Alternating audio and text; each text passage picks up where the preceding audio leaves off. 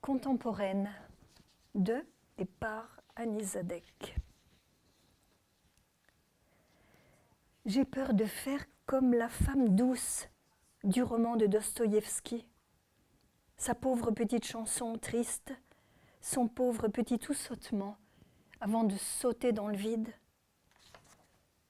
Peur de mourir et en même temps, peur de vivre dans ce monde en proie à la guerre, aux conflits environnementaux, aux catastrophes pas naturelles, aux épisodes cévenols, aux réfugiés du climat, aux écocides, aux Lampedusa, aux canicules de 2003, aux enclaves de Ceuta et Melilla, aux hotspots de Lesbos, Moria, Augusta, Amygdalesa, aux Eneas, Frontex, Hera, aux tueries, carnages, attentats, aux meurtres, aux assassinats. Peur de l'aimer plus qu'il ne m'aime, peur que tout soit fini entre nous, peur de me mettre à pleurer quand on me demande de ses nouvelles, peur de pleurer au cinéma et qu'on voit mes larmes en sortant, peur de n'avoir plus personne pour me toucher gentiment, comme l'écrit Kafka à Max Brod après une visite au bordel, peur d'être seule, peur de n'être jamais seule, peur de l'abandon, peur d'être abandonnique. J'ai peur de vieillir d'un seul coup. C'est Marceline qui le dit, que l'on vieillit d'un seul coup. À propos des suicides de vieux, j'avais lu cette phrase dans Le Monde. C'est bien pire que la dépression. Ils sont vraiment désespérés. Peur de devenir alcoolique, de prendre des anxiolytiques, d'adopter un chien ou un chat. C'est dommage, entre parenthèses, qu'il n'y ait pas d'horoscope au monde. Et aussi, peur de la pauvreté, peur de ne pas pouvoir manger 5 fruits et légumes par jour, sans même parler des asperges.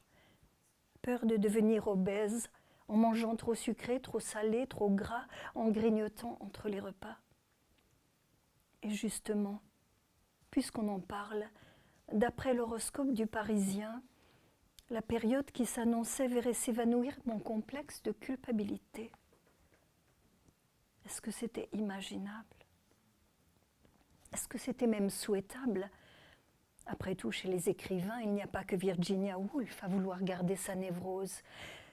Est-ce que c'était même souhaitable de ne plus être la mauvaise fille, celle qui avait quitté ses parents le jour de sa majorité pour vivre avec un homme marié et qui en plus n'était pas juif ? Il est vrai que seuls les non-juifs m'attirent sexuellement. Le tabou de l'endogamie, celle qui avait abandonné son père quand son cancer s'était déclaré, qui n'allait pas le voir à l'hôpital quand on l'avait opéré, qui n'allait jamais sur sa tombe à l'emplacement AJ7 du cimetière israélite de Lyon, celui qui avait été profané pendant mes vacances en Autriche, au Tyrol plus précisément, et où, pour la première fois, j'avais mangé de la biche, contemplé les montagnes et lu Hannah Arendt. Quand on a transféré ses restes 30 ans après en Israël, la forme posée à même la terre, emmaillotée dans un drap blanc, dans un trou bien trop grand pour elle, ressemblait à celle d'un enfant.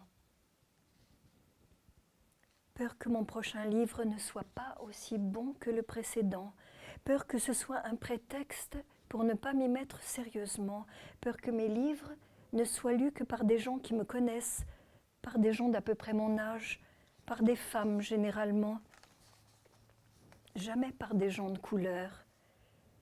Peur de retrouver mes livres à la vitrine d'un soldeur, peur de n'avoir plus le temps de relire La guerre et la paix, peur de ne plus pouvoir lire La recherche, que ça me tombe des mains, peur de ne plus rien comprendre au cours de Deleuze sur le cinéma. Depuis qu'il est en copie restaurée, peur de n'avoir même plus peur au Nosferatu de Murnau, surtout la scène avec les rats. Quelle terre natale dans mon cercueil emporté avec moi dans le monde, à l'instar de Nosferatu le vampire. peur de ne plus pouvoir écrire certains mots qu'entre guillemets, comme par exemple inspiration, poésie et concentration, nature, beauté, oubli, pardon, et certains autres en italique, comme par exemple tombe et nuage, action spéciale, nuit et brouillard, nuit et cristal, ce double oxymore, cristal, nacht, inaugurant l'ère de l'aporie, bannissant à jamais les mots comme les choses. Peur que ça recommence, peur que le ça, du plus jamais ça, recommence. Pour en revenir au silence, à cette histoire de leur silence, à leur soi-disant grand silence et à ma soi-disant culpabilité, à ce soi-disant complexe de culpabilité dont me parlait mon horoscope et dont j'allais me libérer. Entre nous, avais-je pensé, ça n'allait pas être commode. Il convenait d'ajouter ma peur constante d'être quittée. Quand ils avaient fui la Pologne, mes parents n'avaient pas emmené leurs parents. Ils les avaient bel et bien laissés. Ils les avaient bel et bien abandonnés, en réalité. Mon sentiment d'insécurité, qu'est-ce qui pouvait les empêcher d'abandonner leurs enfants, puisqu'ils avaient abandonné leurs parents? Bref, mon angoisse abandonnique, ils allaient m'abandonner, moi, comme ils les avaient abandonnés, eux. Voilà ce qu'ils ne pouvaient pas me dire, voilà ce dont ils ne pouvaient parler, voilà ce qu'ils cachaient, ce fameux grand silence, voilà de quoi il était le nom.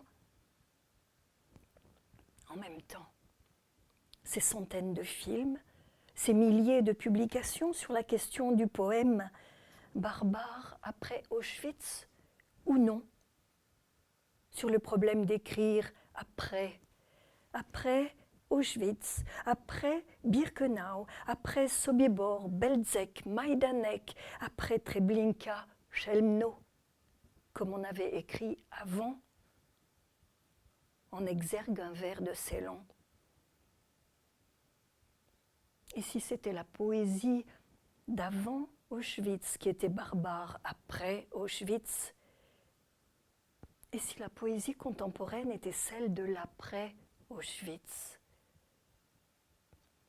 Sur ces images, malgré tout, montrant des gens agonisants filmés dans une chambre à gaz, que Jean-Luc Godard trouverait et que Claude Lanzmann détruirait. Ou sur, comme on sait déjà, ce dont on ne peut pas parler, qu'il faut taire selon Wittgenstein et écrire selon Derrida. J'ai lu un livre récemment dans lequel l'auteur se demandait si, en France pendant l'occupation, il aurait été résistant ou bourreau. Pas résistant ou collabo, mais résistant ou bourreau. Qui va plutôt avec victime, non? Moi, ce que je me demande tout le temps, c'est si j'aurais été musulman. Ceux qu'on appelait musulmans dans les camps. Personne d'ailleurs ne sait vraiment pourquoi on les surnommait comme ça. Un mot d'esprit, un Witz freudien, une sorte de mise à distance, la thèse d'un psy en tout cas. Se soumettant, se résignant, se laissant aller à leur sort, se laissant mourir tout de suite. Une forme de mise au banc. Aurais-je été musulman? Ou quoi? Ce serait quoi le contraire de musulman? Aurais-je été comme Marceline? Comme Etty Ilsum? Ou comme Friedel Dicker Brandeis? cet artiste peintre du Bauhaus emprisonné à Térésine, le camp des artistes, justement. Et si l'art contemporain était celui d'après Térésine? Et justement, à propos d'art,